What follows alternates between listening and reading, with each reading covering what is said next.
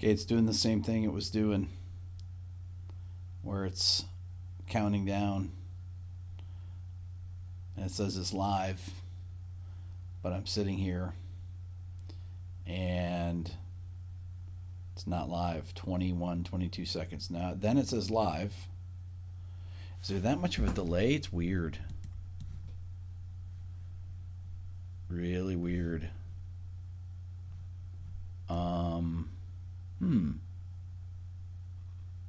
It says it's been on for 18 seconds, but I don't see anyone here. Huh. Let's see if I get an email. Let's see if I get an email. Nothing. Oh, I did. Just got it.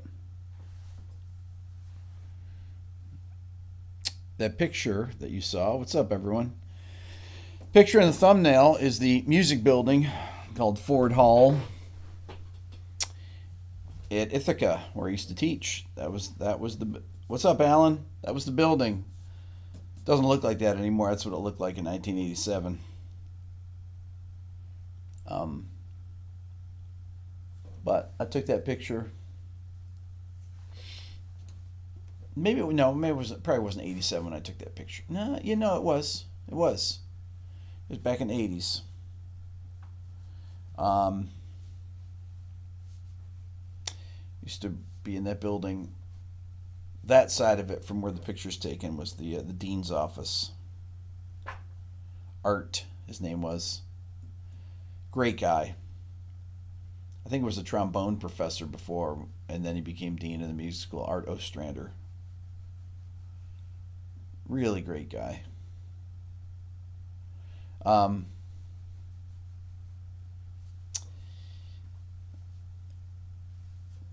didn't go to the dean. Didn't talk to the dean that often. You know, only when students would complain about my class was too hard. Oh boy, he would laugh, but he's like, Rick, can't you just go a little easier on him? What? Come on, Art. He's like, yeah, I know, but you know, and I mean, really. Um, when I took my leave of absence, though, I was just taking it for a year, and well, actually, I was taking it for. I didn't know how long I was taking it for. I was. I mean, I thought it might come back. I don't know. I don't know. I thought that. I thought that. Who knows? Who knows? I was at least giving it a try. Um,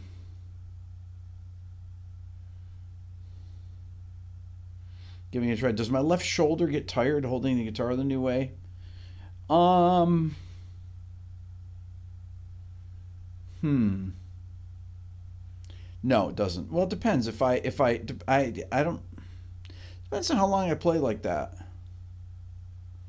Um, Tom, you have a composition colleague. Got his master's in composition. I think about 15 years ago. Okay, well, I was at Ithaca 30 years ago. So, I mean, I left. No, not 30 years ago. 28 years ago. 1990. Um, 19, 1992. Yeah, 1992 was my last year there. But in 91, I moved to Philadelphia in 91, and I would drive up um, from Philly to Ithaca, and I'd teach all my classes in 2 days and drive back 4 hours. Um, how about a strap holding a guitar up high for? I don't use the strap. Um, what am I going to do? A giveaway of the Vox guitar? I don't know. Um, I should have explained that the Vox is was made by the same company that made. I mean, the one that Jimmy Page uses is the exact same guitar, but but it was EKO, Italian manufacturer, made the ones for Vox. They just put their logo on the headstock. Same guitar though. Jim, you moved to Philly in '94. Yeah, so I lived there from '91 to '93. I was playing in a band, teaching guitar, teaching at Ithaca, and then in '93 I taught at a music store in Philly for like 1 day a week or so. I think it was something like that. Did I finally record it? No, I couldn't do it. I couldn't re-record it because my assistant Ken. I need somebody because the control room is 100 feet away, and Billy, who's my assistant, he doesn't know how to run Pro Tools. So had I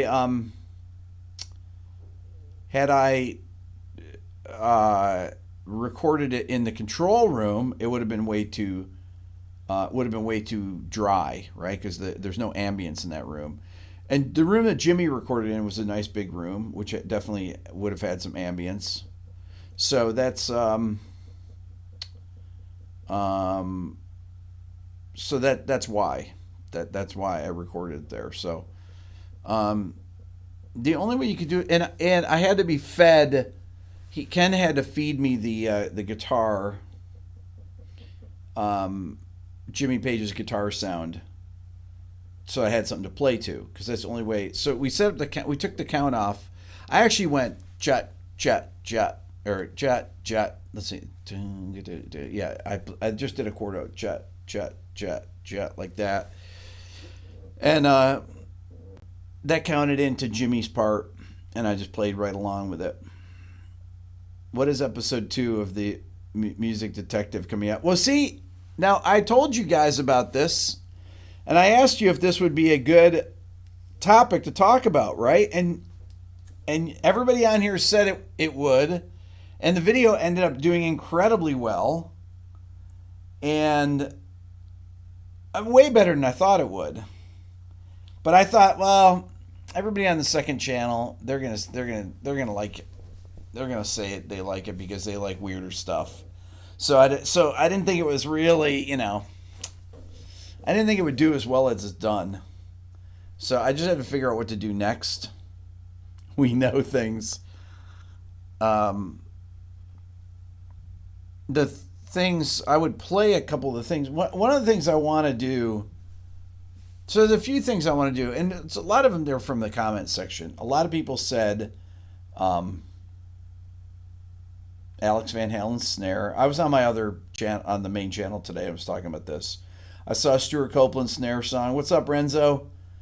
I saw so Alex Van Halen, Stuart Copeland snare, Chris Squire bass on Roundabout. I would do the bass on Long Distance Runaround, because the tempo of it, I think, is really good for I think the tempo is really good on that one, and the bass is so aggressive. There's very few things about the Alex Van Halen snare sound, though. Very few things.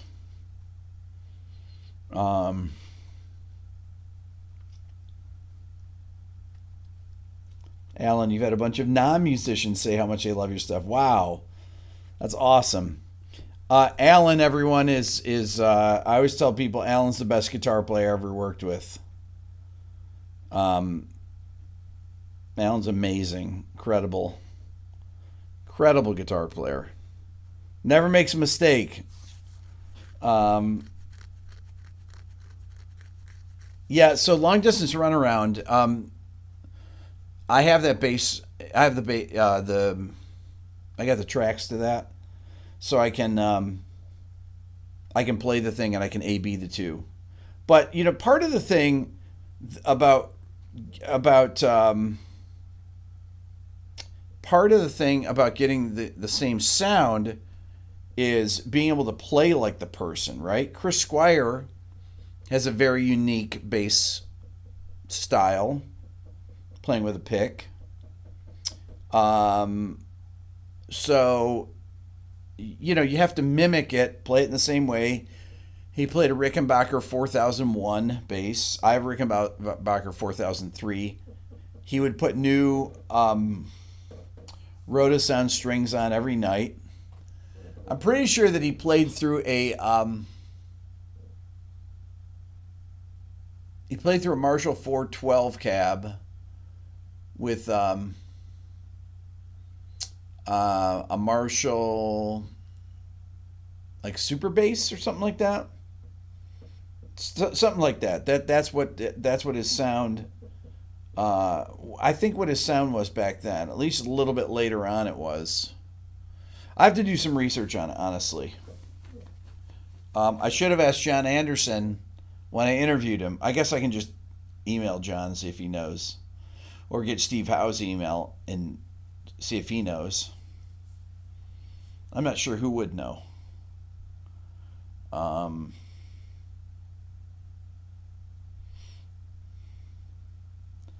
you've missed me doing be doing um, okay, Sun amp. All right, could be Sun. You know, I'm not sure, but Rotosun strings definitely, definitely. Um, that'll be fun. That would be fun. Alex Van Halen. That. Um, Trying to think of what else would be interesting.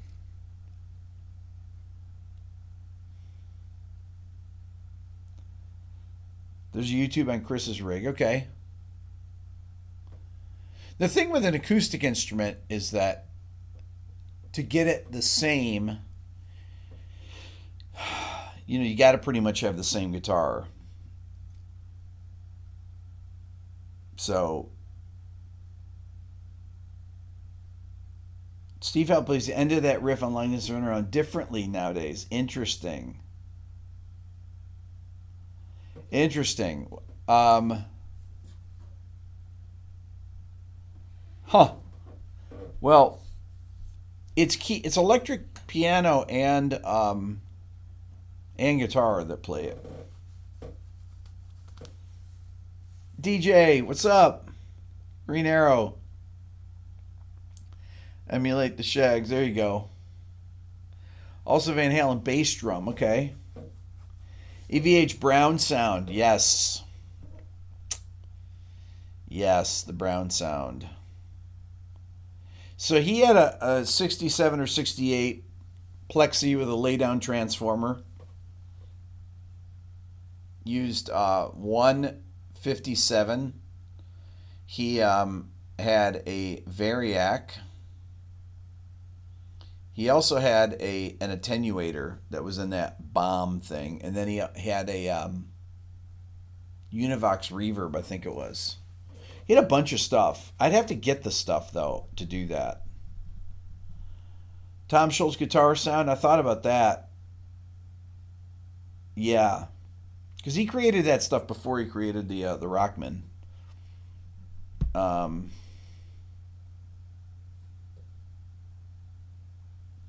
um, it's my favorite '90s rock band. Um, I don't know. I don't know. I have a lot of favorite '90s rock bands. So I would always kind of defer to Nirvana, but I don't know. There's so many great '90s rock bands. 8-Man X, favorite 90s rock band, Counting Crows. Recovering the Satellites. I say it all the time. One of my favorite records to listen to. One of my absolute favorite records. Never done What Makes Us Sound Great on it.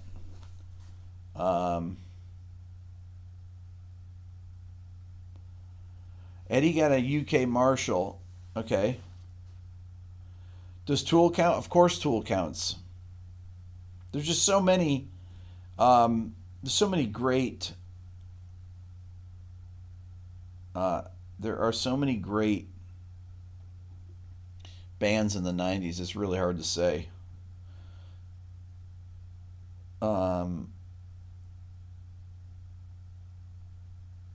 Just hanging out. Oh my God, Rick the Crow. What? So, Travel Tech, Soundgarden, Wallflowers, Jayhawks.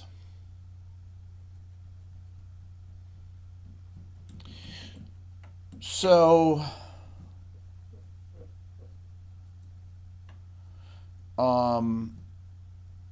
so I've been doing a project lately over the last week or so, which is backing up all the stuff, all my important stuff from all my hard drives over the past 20 years. So I have 20 years of hard drives, hundreds of them. Matter of fact, the Crowfield record I just found after going through about probably 60, 70, something like that of them. I found the Crowfield record and I'm copying it over right now. But I have my old Pro Tools system set up and I can open the stuff up.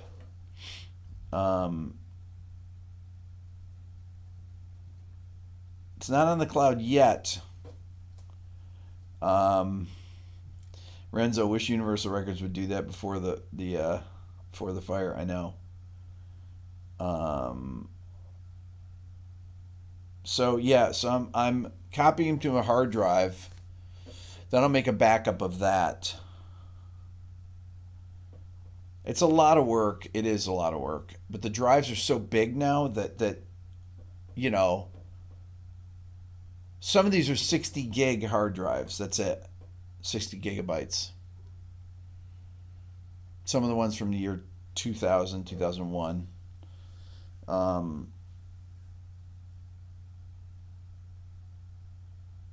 You have only 60 videos running low on your 2 terabyte. Yeah,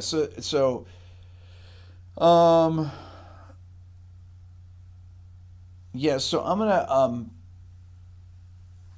I have my videos from my all my videos from my channel are in the cloud. I have backups and stuff. That's what interns are for. Not my intern. I don't have an intern. Not Billy. I don't let Billy touch that stuff. I think he's afraid I would freak out if he screwed something up, which I would. I would totally freak out. Billy, what are you doing? But my God, it's a lot of stuff to go through. It's funny because you'll look at something, and you'll say, "Oh, that record, oh, I remember that." Then I just skip over it. I don't bother copying it over. I'm thinking like, well, I never want to hear that again. Do I save all the video footage or the final cut? I have all the video footage saved. I don't get rid of any of it, but honestly, you pretty much only need the final cut, I'd say. Anytime I've gone back to look at stuff, I would, if I needed a new shot, I would just shoot it.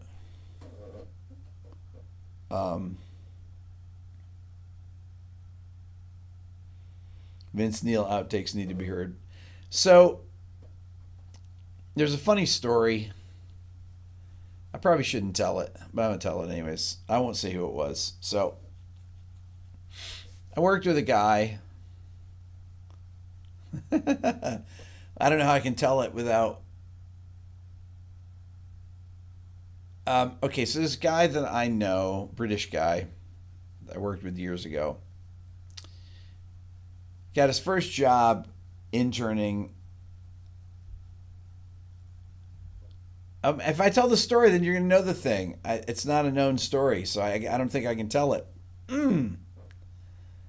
Um, but it's about a famous song. He was interning at a studio. I mean, one of the biggest bands of all time, and he invited this girl. He was 16, started interning at this studio in London, and they had done a mix of a song that's a classic. So the producer told him, "I want you to back this stuff up."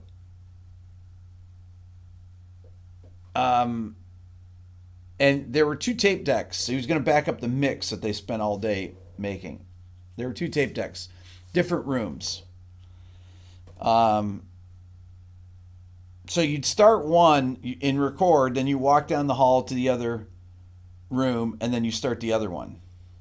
So he said that he'd been working at this place for a few weeks, and some girl that he met said, "You're working with blah, blah, blah, one of the biggest bands of all time." Wait a minute, he knows this story? Did I tell it already? Um, uh, is Dave on here? Where's Dave? Anyway, so maybe I told it before. But he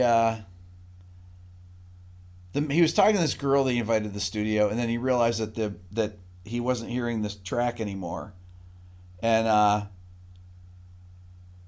and he went in the room, and the mix of the thing was all over the floor and wound up in the machine and all crinkled. So he calls up the studio manager and he's like, "You got to be kidding me!" And he made him iron the thing all night to get the creases out, so that it would play properly. But it was on the final mix of the song. That's a very famous song. He didn't erase it though. Um, but then, when I interviewed John Anderson, he tells a story kind of like that. That I won't ruin the story, but he tells a very similar story that happened. This must have been common over in England that this kind of stuff would happen.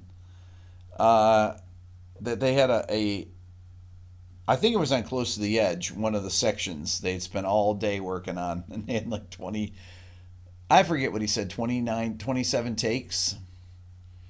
They had them all taped up all around the thing, and the cleaning lady came in and took them all down, threw them in the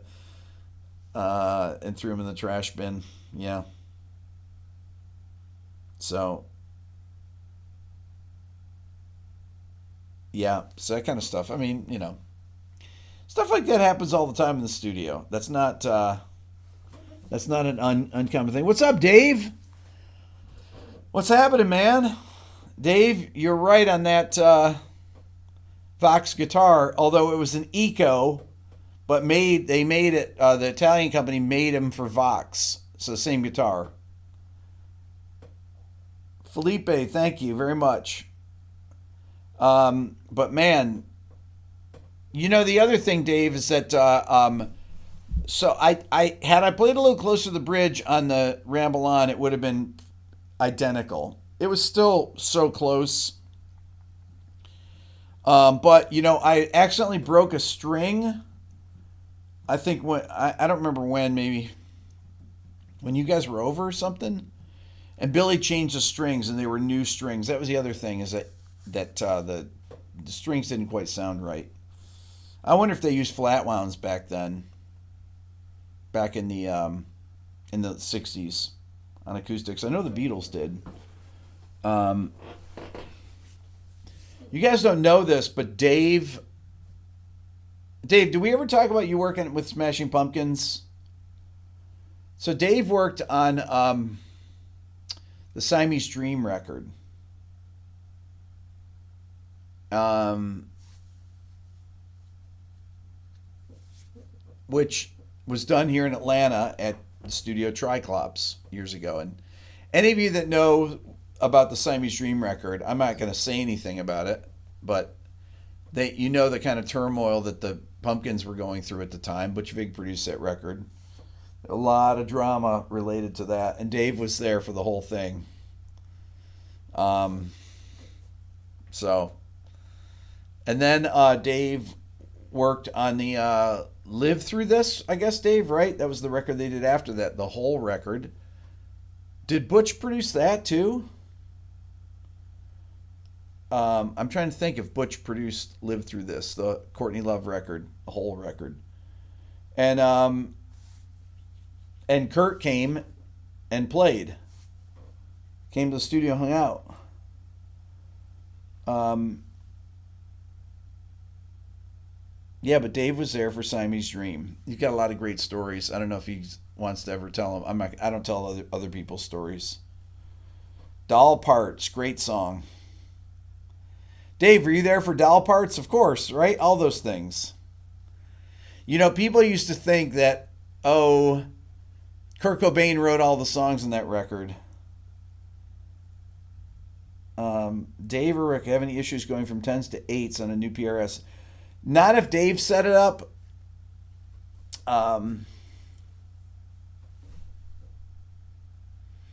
If Dave set it up, no. Jimmy Chamberlain is an amazing drummer. So good. So good.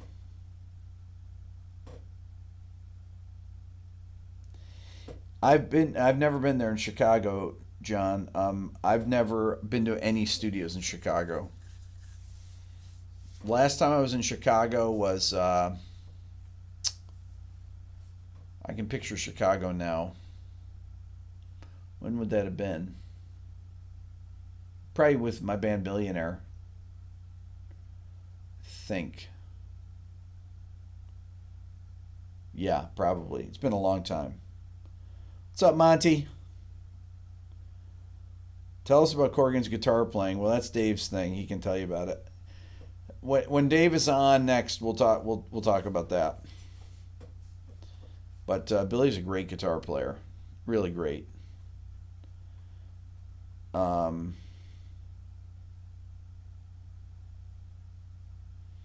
I break down any song on Weezer? I think that did I take into account that the string gauge page might have had? It's hard to say. Um, it's really hard to say what string gauge that they would have used back then.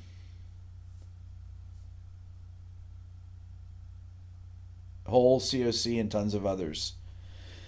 Those were the glory days. So Dave worked with our old dear friend Mark Richardson, who's no longer with us. Mark passed away in 2003 and was a dear friend of mine and very dear friend of Dave's. And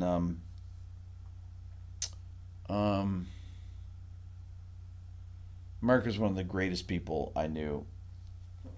And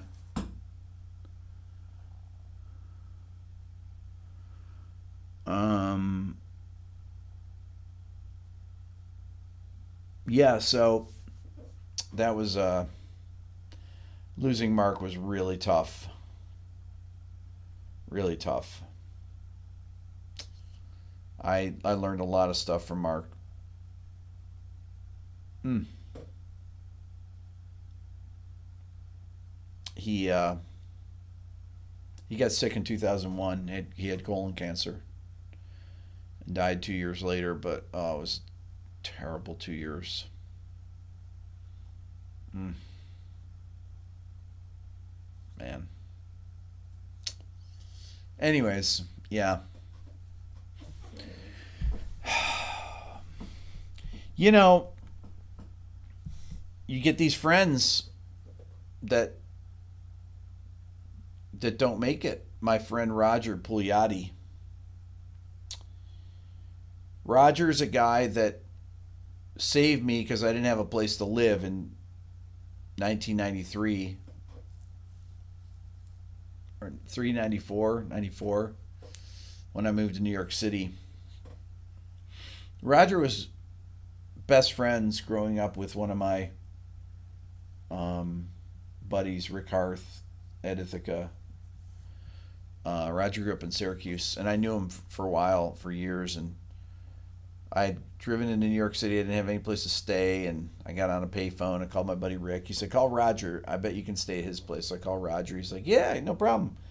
Come on over." And he's my friend that lived on First Ave, right near St. Mark's, right near the corner. Roger came down. I found a picture of me with my Honda Civic I have a picture of me getting out of the car um, when that Roger took. So Roger um, was a contractor in New York, musician though, but was a contractor, and I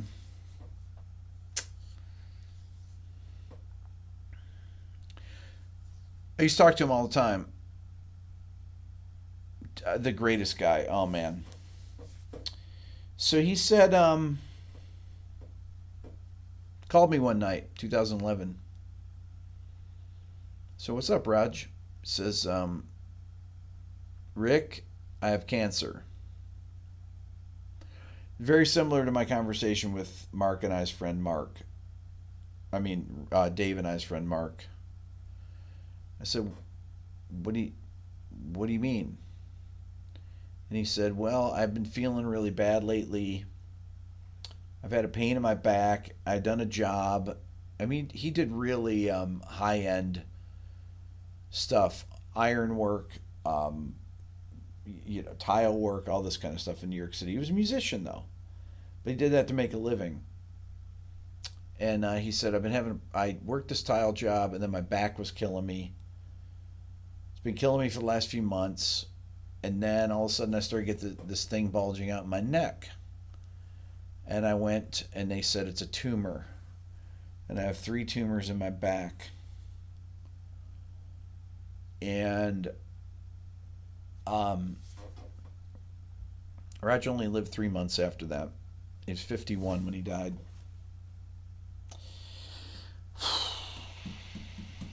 That was tough.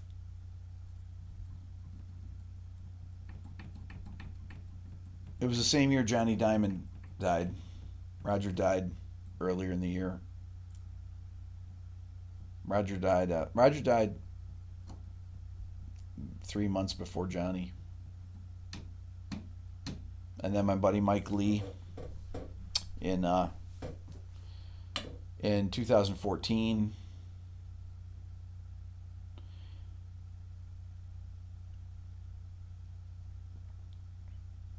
You know,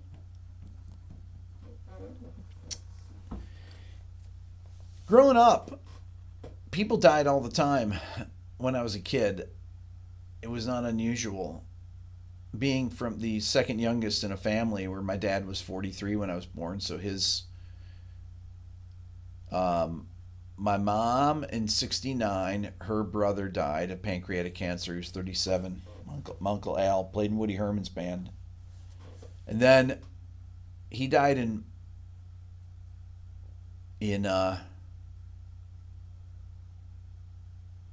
the spring of 1969. And then on Christmas Day 1970, when I was 8, my godfather, my Uncle Jim, died. 48. Died on Christmas Day.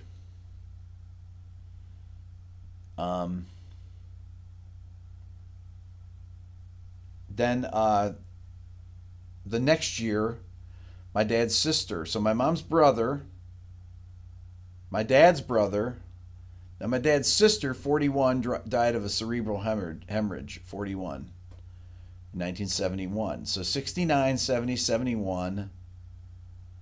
There are all these funerals that we went to as a kid. Yeah, I was like 10 years old.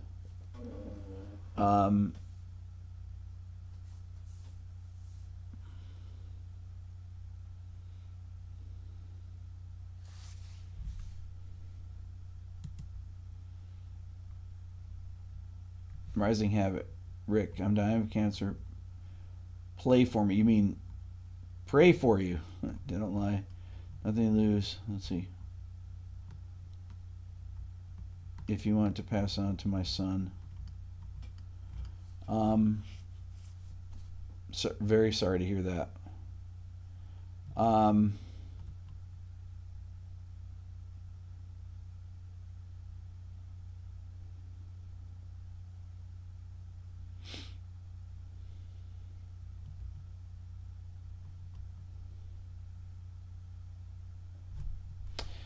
Yeah, so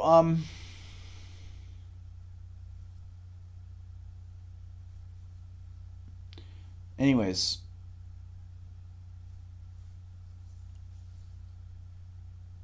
mm,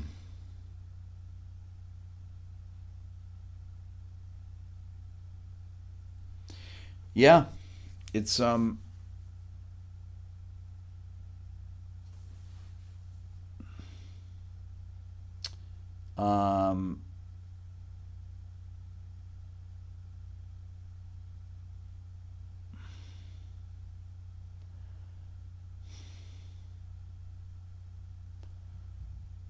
just joining. What's up, Deb? You hope nothing bad's going on. Um, no, nothing bad's going on. Play a song. Okay, I'll play a song. Playing a song right now. There's a lot of good stories of people surviving stuff too, so it's not all bad. You know, um, not all bad. Um, Kinch. Kinch is a cancer survivor right there. All right, okay, let's try to play here. Anybody see my um I did an ear training post on Instagram. Jeez. And some guy writes, that's Charlie Banakis's concept. It's like, dude, it's intervals. Charlie Banakis did not. He's so stupid. Um, so dumb. My God, what is wrong with people?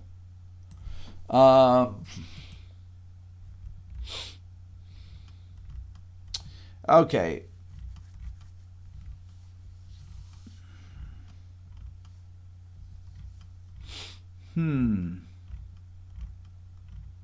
I think I keep walking back over this same thing. The same songs. I look at stuff and I say, "Oh, I can't play that on here. Oh, I can't play that. Oh, I can't play that on here." Um, there's a piano player, Tete Montelou, that was a great bebop player. He's a blind piano player, and he had some great, beautiful stuff. Oh man, don't tell me I can't play this. This is ridiculous. I hate this stuff with the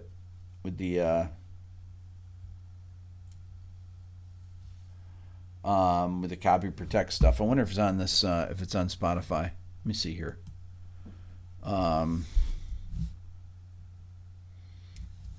Spotify.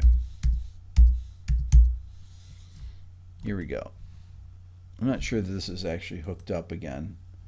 I got to go to loopback audio. I don't know if loopback audio is even on. It is, yeah. Web player. Here we go.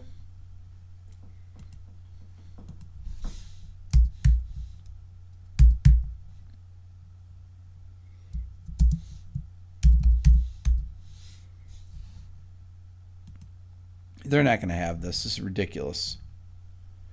Yeah, I had all these obscure records. Well, maybe. Hold on, the Boston concert. Okay, wait, no. Catalonian Fire? Let's see here. Catalonian Fire. Oh, they have it. Okay. This was a great record. Was it this one? Let's see if this works.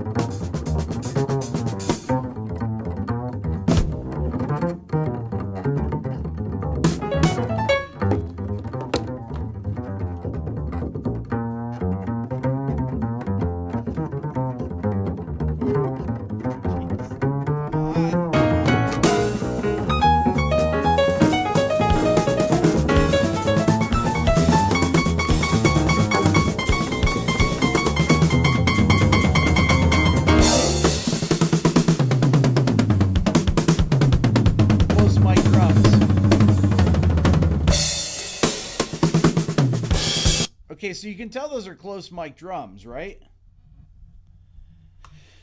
Here's another. I love this. This is a solo version of Confirmation that he plays. Check this out.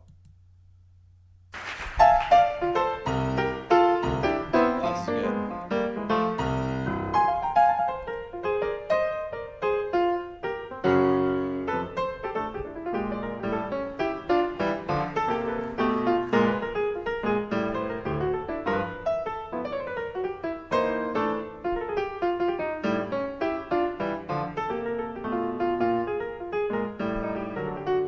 Ken, check out some of the licks he plays.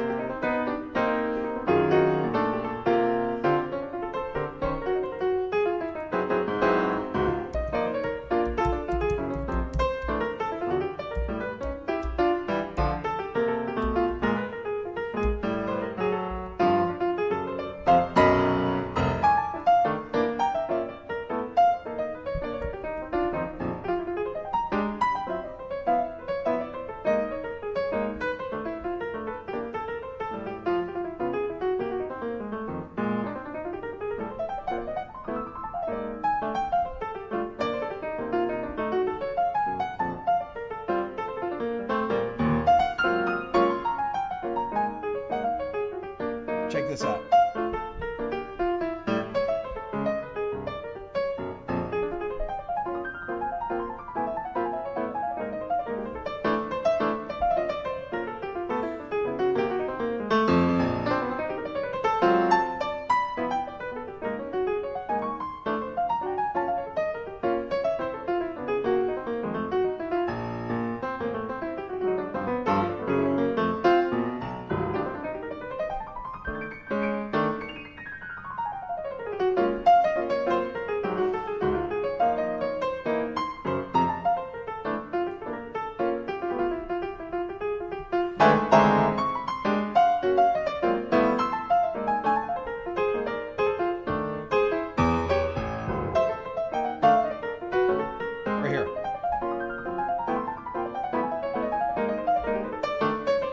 Okay, so hold on. We just got to go back.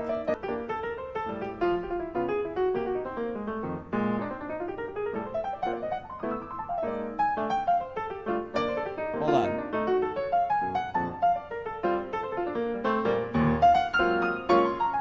You gotta hear these. Right here, this one.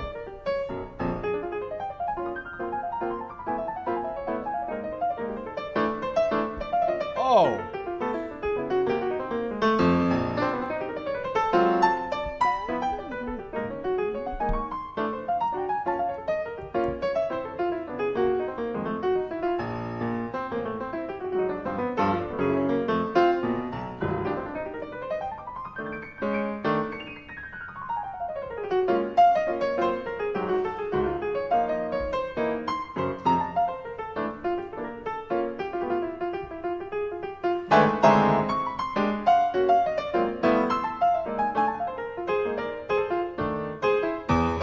Just love it.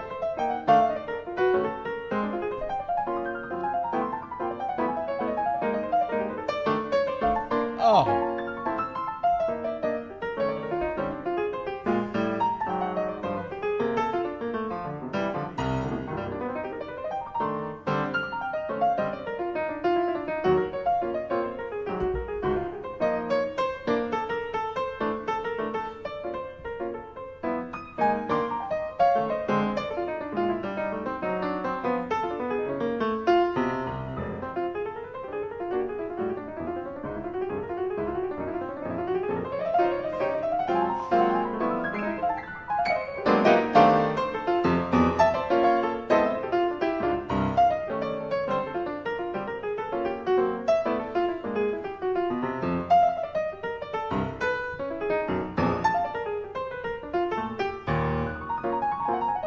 Pentatonics.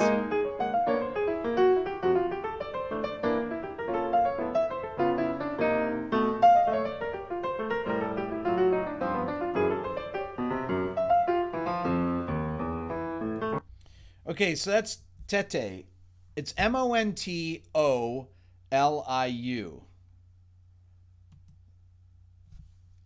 Awesome, right? I have that on vinyl. That's I haven't listened to that in 30 years. No. 30 years maybe. There's a great thing that I used to that's on YouTube. I don't know if I can play something off of YouTube. If I can play something else off of YouTube while I'm streaming on YouTube. Can I think?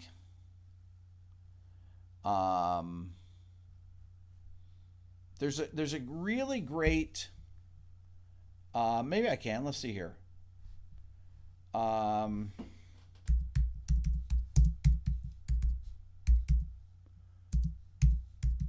This is Kenny Barron, Brad Meldau. This is from I used to play this for Dylan when he was a baby all the time. This is Billy's Bounce. Listen to this. This is amazing. Let's see if you guys can hear this.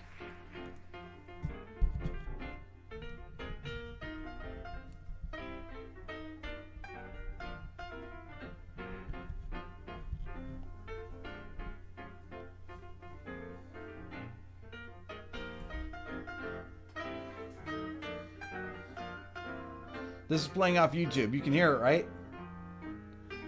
This is Kenny Barron.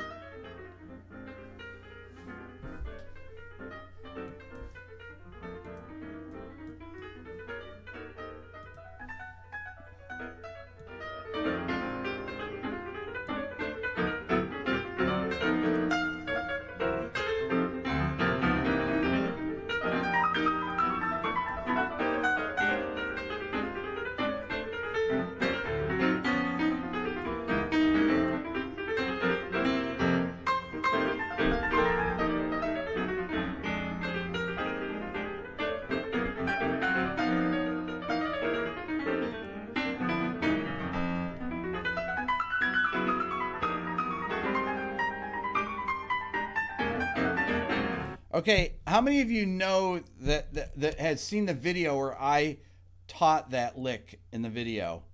Anybody ever see that video I made on that? So that was Kenny Barron playing that. So Brad's comping, right? It's a duo. Um, and I remember that. So I actually made a video about this really long time ago. Does anybody see that? Some of you saw it. JG, you saw it. So I can't play it on here.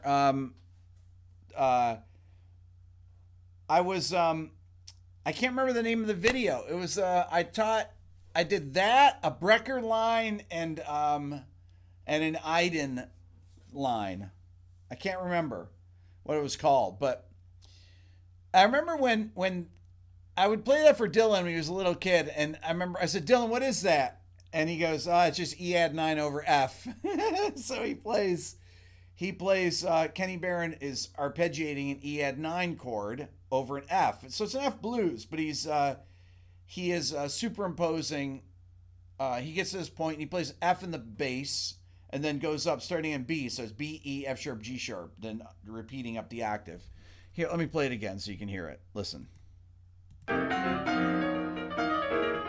Here it comes.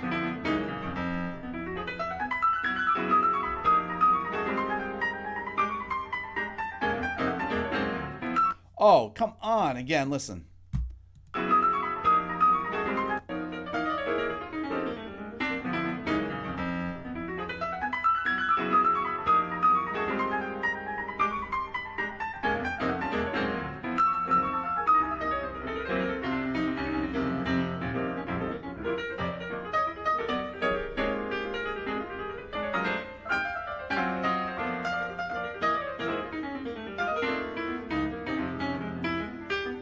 Ooh, diminished.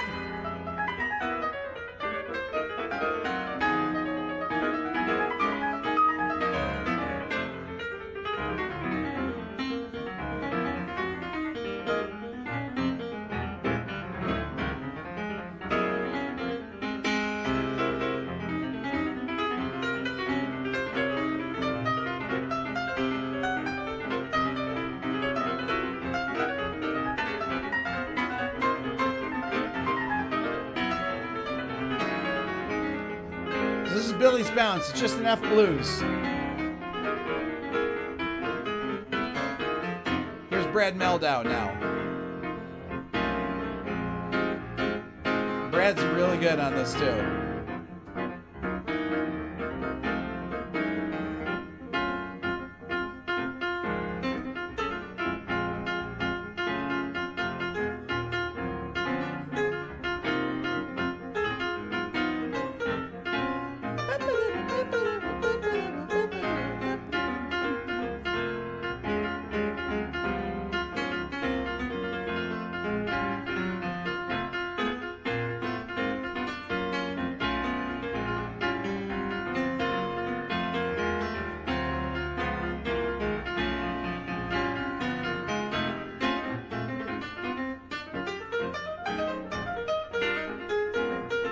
Right here.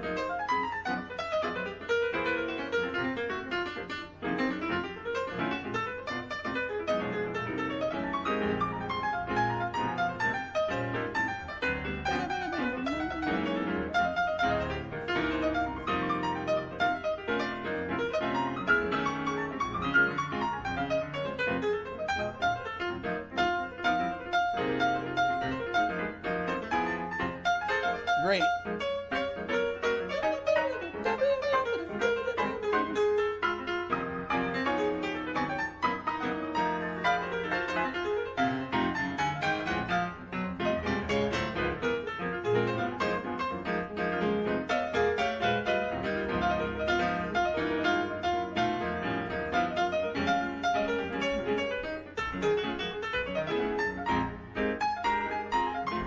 Woo!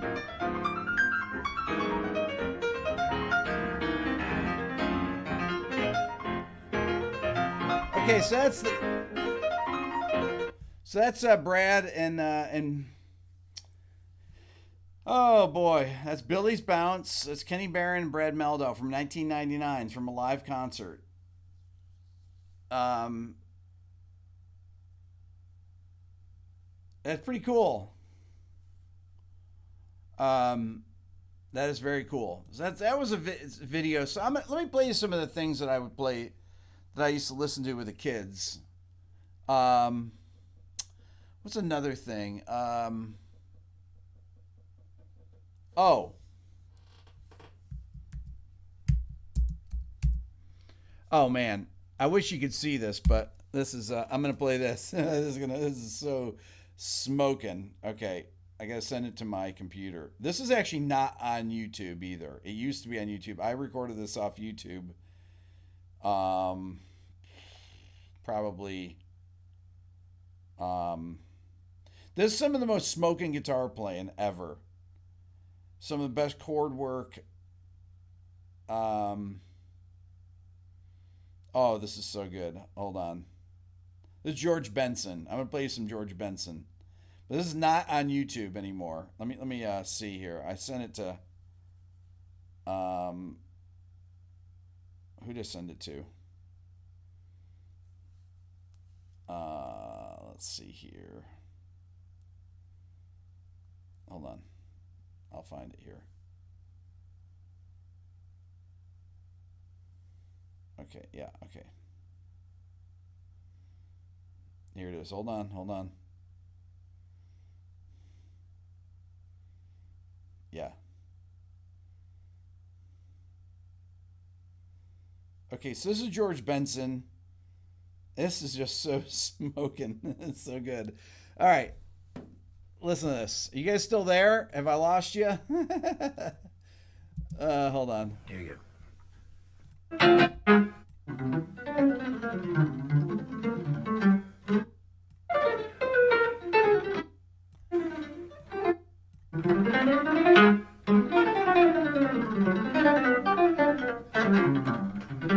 I wish you could see this.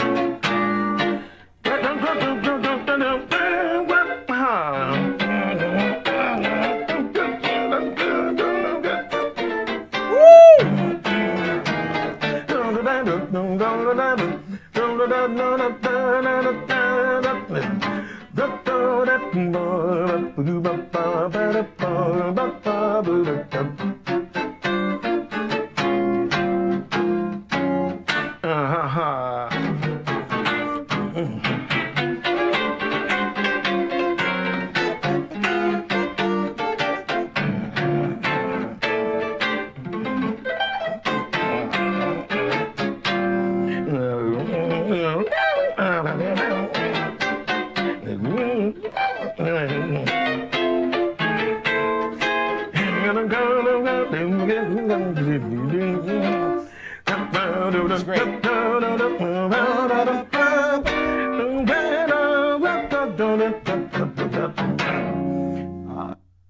Okay, that is so so good. My God, when was that recorded? I'd say probably 20 years ago, maybe something like that. It's from one of his instructional DVDs. It was on YouTube. Like I got it off YouTube probably about 12 years ago or so. But I used to play that for Dylan all the time. Um, if you can sing it, you can play it. So, somebody asked me, "Can you play that?" And I was like, "Yeah, of course." Well, maybe not that. I'd have to practice it. Playing those chords that fast are really, it's really hard. Uh, some of those are Wes style things, but it's more modern. It's that is really kind of Wes style with some more modern things. Very much all those voicings are exactly what you'd find in a big band sax soli section. Those are that was really uh, yeah, exactly. Drop two chords exactly. Um, it just to me, George's playing is so good, and he and I don't know if his playing is represented on record as well as it is from videos. And I think that he had a lot of stuff. I think he had a lot of stuff taken off YouTube, which he probably shouldn't have, because he shouldn't have because yeah, it's amazing, amazing stuff. But God, what feel? That's the kind of stuff when I heard that. Oh, here I can show it to you on the phone. But this is what it looks like. Okay, let's see here if I can get my phone dark enough so you can see it.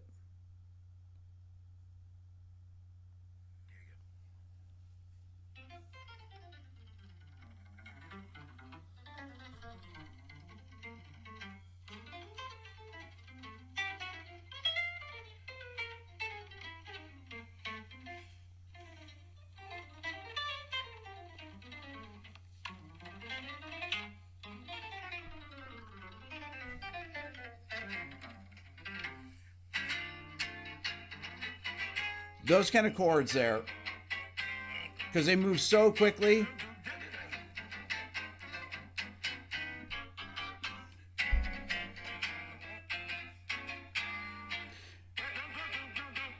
That stuff's not bad. It's just the fast chord runs. That stuff.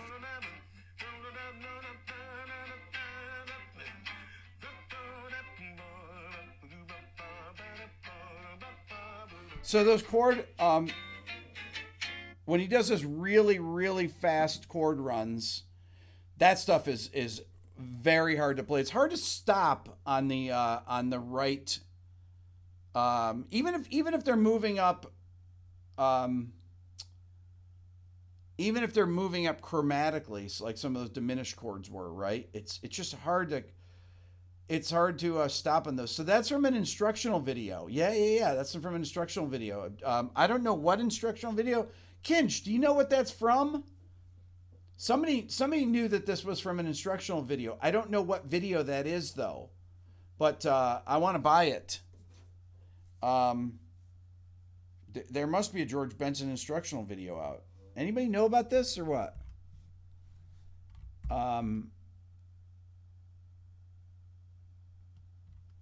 Let's see here. It's definitely from some instructional video. I don't know when, but I would say it's probably 20 years old or something like that.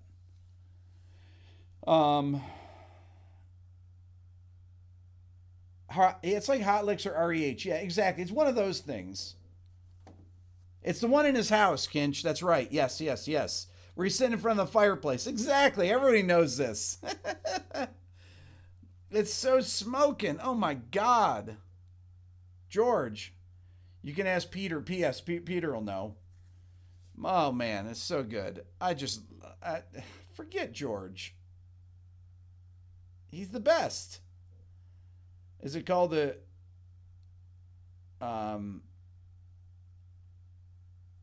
it sits in front of the fireplace.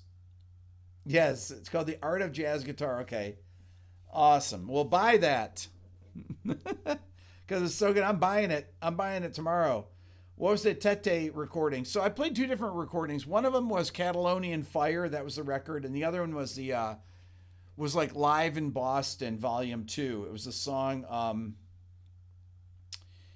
There was a song Confirmation, Charlie Parker song. There I played I played Au Prevav, Charlie Parker. And I played Confirmation. Confirmation was the one that he played solo piano. So that's another thing that I played. I used to play for Dylan. And then I'm trying to think what else. All the stuff that drove my wife nuts. Like well no, this wouldn't. This is amazing though. Let's see if this is on here.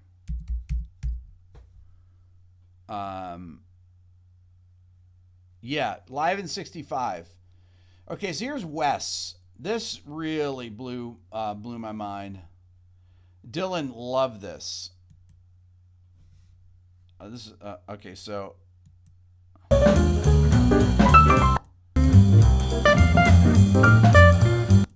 No, the hip is that.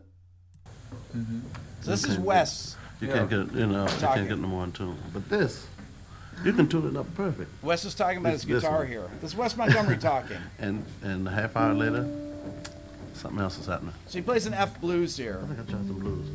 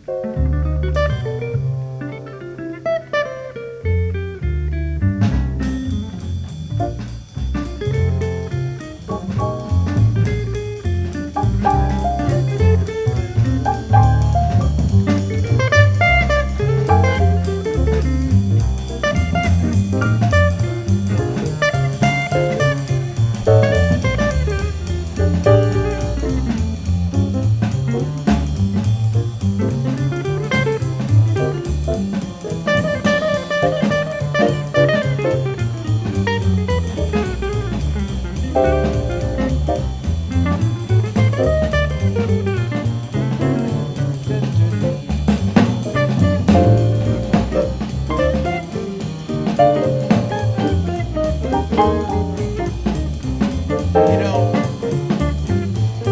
oh my God.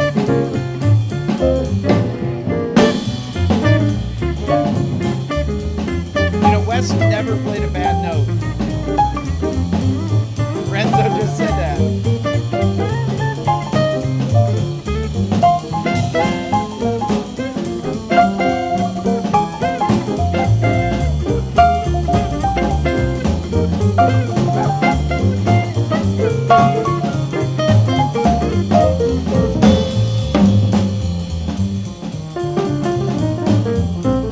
Pim Jacobs is the piano player. His brother played bass on it. This is a trio from Amsterdam in the 60s. But there's a whole DVD. So I bought this DVD, and it's unbelievable because Wes is talking through the whole thing. He explains a whole chord progression, and the piano player's like, I got it. Wes says, really? Okay, let's do it. And then Wes counts it off really fast. But they knew it. So but he plays Nika's Dream here, which is a great tune.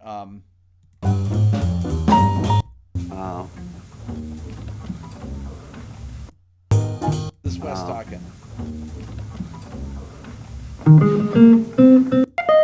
Play. We can try. Let's try it. It's Which key? we'll start off, it's A flat minor, but just start off B flat. A flat minor stuff from B flat. Guys, it's kind of messed up. Starts off B flat, it's an A flat minor. F minor, rather. I'm sorry. F minor starts off B flat. That's so good. Whole step. Wes. Yeah, another whole step. Yeah.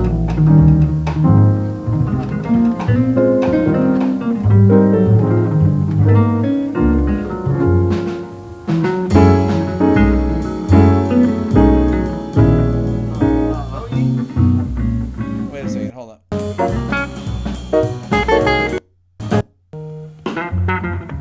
There's Nika's Dream.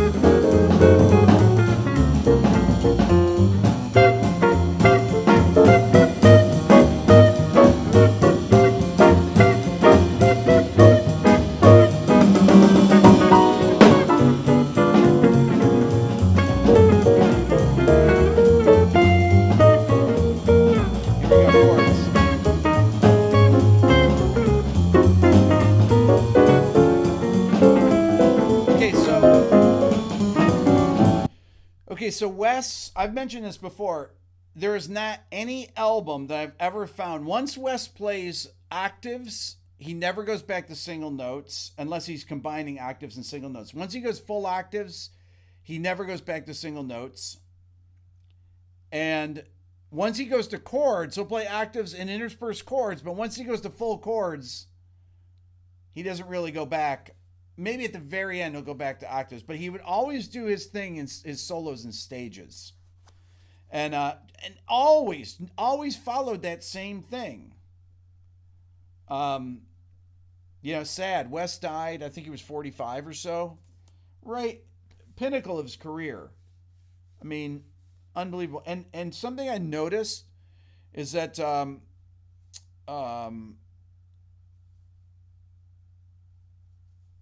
one thing I noticed is that babies love Wes. Oh my God, Dylan, Lennon, Layla, when they were babies, and I put Wes on, they freaked out. They would watch because Wes always smiles when he plays in the videos. Oh my God. And they just loved it. They were absolutely mesmerized. Wes died of a heart attack, like 45. Right when he was at the pinnacle of his career. But man, my kids freaked out. Not just my kids, all kids. You want to, play music that'll entrance babies? Play Wes Montgomery. Anything, any Wes. And of Wes video, forget it. Wes video, forget it. Kids, babies freak out over watching. Dylan would sit for an hour and a half and watch the entire DVD. Just sit there and just stare at it and watch Wes play. He loved it. And I never thought anything about it. I was just thinking, I just kept thinking, man, I would say to my wife, there's something about Wes's playing that babies really connect with. And I didn't know how good Dylan's ear was, but I think that's got to be something that helped it develop too, is to hear all that kind of stuff. So, yes, Dylan, Lennon, Layla are my kids' names, yes. Anyway, so that's, man, if you get a chance, watch Wes Montgomery 1965. I don't know if they sell it on DVD anymore. I mean, nobody has a DVD player. Oh my God, but it's so great. So great. Just absolute 100% joy. And the other thing that my kids, the only thing that would calm down my kids when they were crying, especially Layla, is this Martha Argerich, Prokofiev, Concerto Number 3, a particular performance. This would always calm down. This would always calm down the kids. Where's the performance here?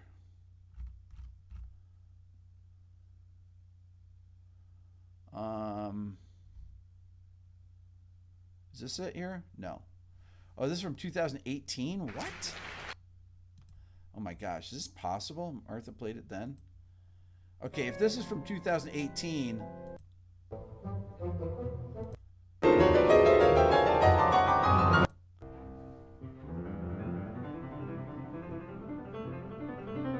Okay, this is from 2018. Okay, Martha Argerich is 77 here. 77. I've not seen this. But listen, this is a 77-year-old performer. Listen to this.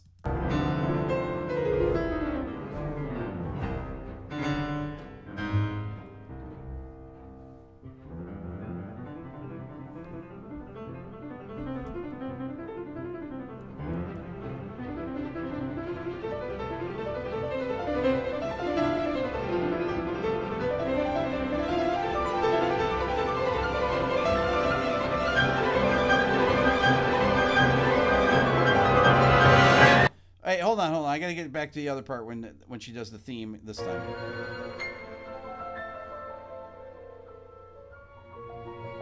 This is unbelievable, though.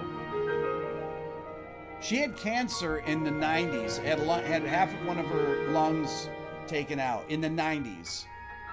Okay, and this is from 2018. This is Prokofiev's third piano concerto. First movement, unbelievable.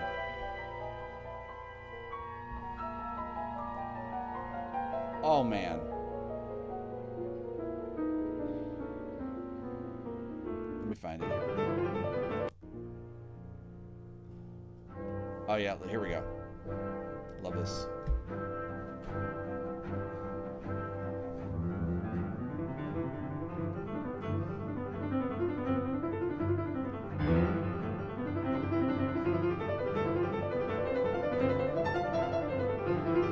'77.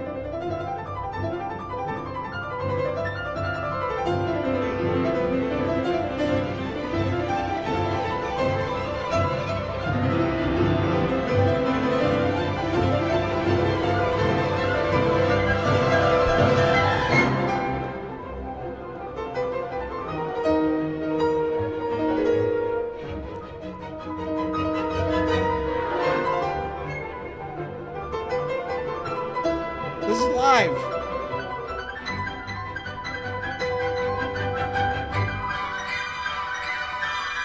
Listen to this.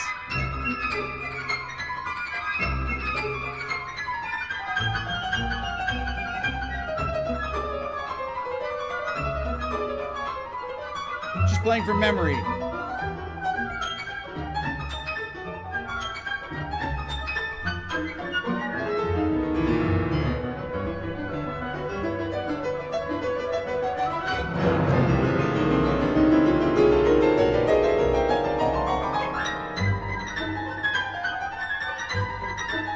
This is live.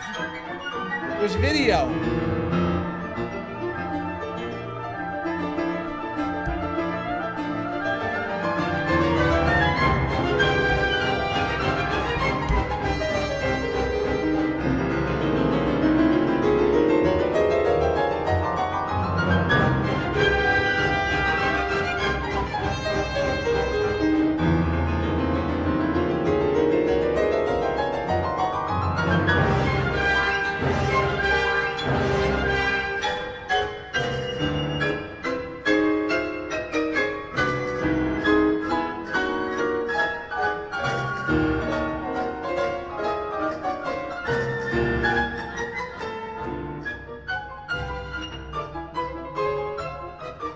So,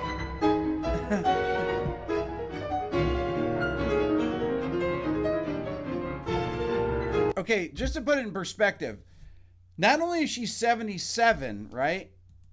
But she's playing it from memory and it's 47 minutes long.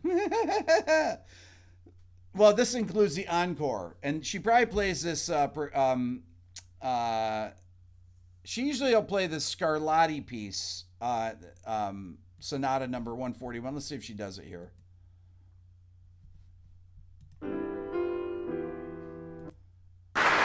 Oh, she's playing Ravel. Okay, so.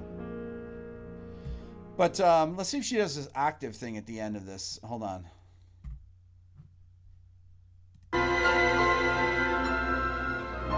Oh, this is the...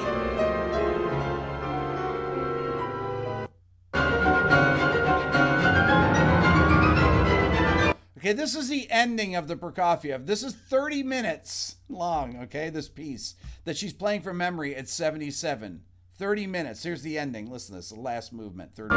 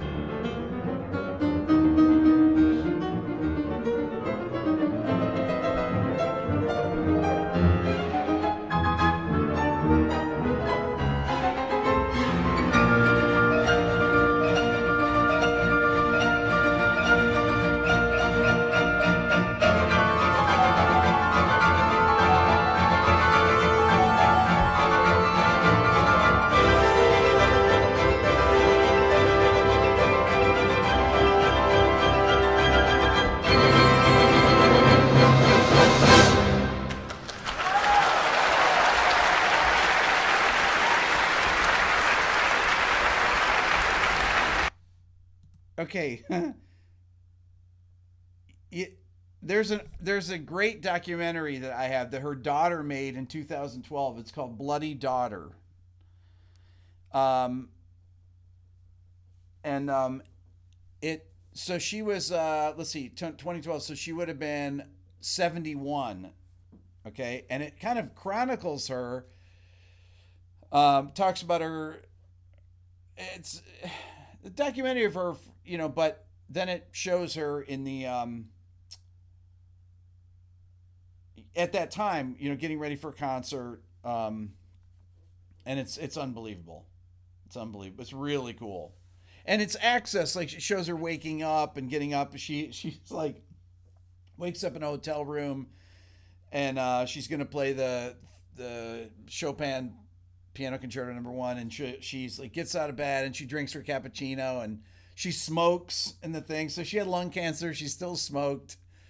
And then it shows her practicing. Oh my God, it's unbelievable. And her daughter follows her around, and she gets really nervous before the shows. I mean, 71. She gets nervous. She cancels a lot of shows because of that.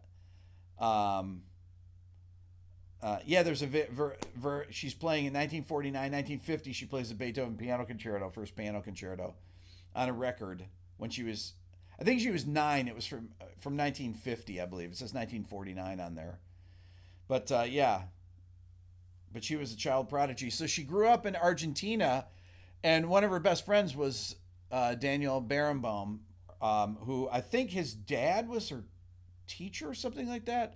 But they were friends from the time they were 4 or 5 years old, and he's one of the greatest pianists of all time too. Yeah, it's really cool, but just absolutely gifted. It's a person that I've never seen play. Yeah, I've never seen Martha play. I always wanted to. There'd be a person I would love to meet sometime. Well, she's still on this earth. I think she lives in Paris. I'm not sure though. If anybody knows Martha Argerich and can get me set up with an interview with her, that'd be amazing. She speaks like 5 languages. She's absolutely brilliant. So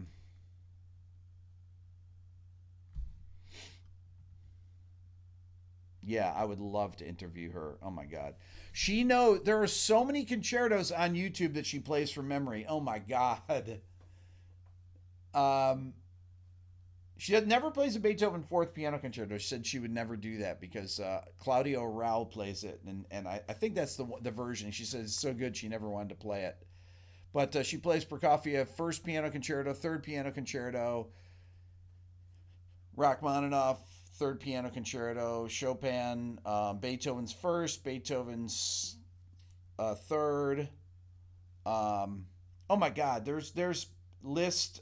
She's probably. There's got to be about 20 piano concertos that she plays on YouTube from memory. It's unbelievable. Absolutely unbelievable. So, yeah, Martha Argerich. So I played those pieces for the kids constantly. Constantly. Oh my God. So there you go. God, that was fun. Oh man, that's the most fun I've had in a long time. That's so cool. So check out Martha. She's so amazing. Just watch her videos. I just would go from one to the next. One to the next. Okay, all right, I'm going to go. You guys are the best. I'll talk to you. Thank you.